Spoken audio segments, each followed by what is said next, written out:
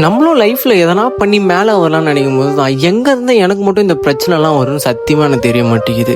யார் என்ன நினச்சா எனக்குன்ற சீரீஸில் இது நாள் 10. நானும் எல்லாரும் மாதிரியும் காலேஜை முடிச்சு ஒரு டிகிரியை வாங்கி கையில் வச்சுப்போன்னு நினைக்கும் போது தான் கரெக்டாக காலேஜ் படிக்கும்போது எனக்கு ஒரு ஆக்சிடென்ட் ஆகிட்டு அதனால் 32 அரியர் வந்து சேர்ந்தது தான் மிச்சம்.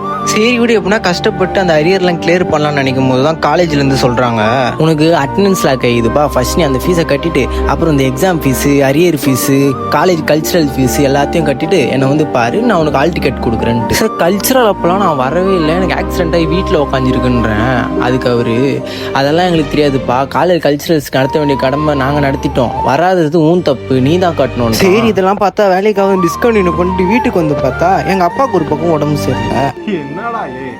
அட போங்கடா, அடி திரும்புற பக்கம்லாம் அடி வந்தா நான் ஒரு ஆள் என்ன பண்றது? சரி இதுக்கு மேல பேஷன் எல்லாம் பார்த்துட்டு இருக்க முடியாது, ஃபேமிலியை கொஞ்சமாச்சு பார்த்து போன்ட்டு ஸ்விக்கியோ ஜொமேட்டோ கொஞ்ச நாளைக்கு ஓட்டலான்ட்டு கையில் இருக்கிற காசெல்லாம் வச்சு செகண்ட் ஹேண்டில் ஒரு வண்டியை வாங்கினா ஒரு வாரத்தில் இன்ஜின் ஃபெயிலியர். ஏண்டா அதுவும் என்கிட்ட நிலையா இல்லையா? பார்ப்போம் லைஃப் எதனா மாறுதான்ட்டு. எல்லாம் நடக்குது எல்லாம் நன்மைக்கேன்னு நினச்சிட்டு இருக்கேன். என்னன்னு தெரில. மறக்காம என்ன ஒரு ஃபாலோ பண்ணி வச்சுக்கோங்க. நாளைக்கு பார்க்கலாம்.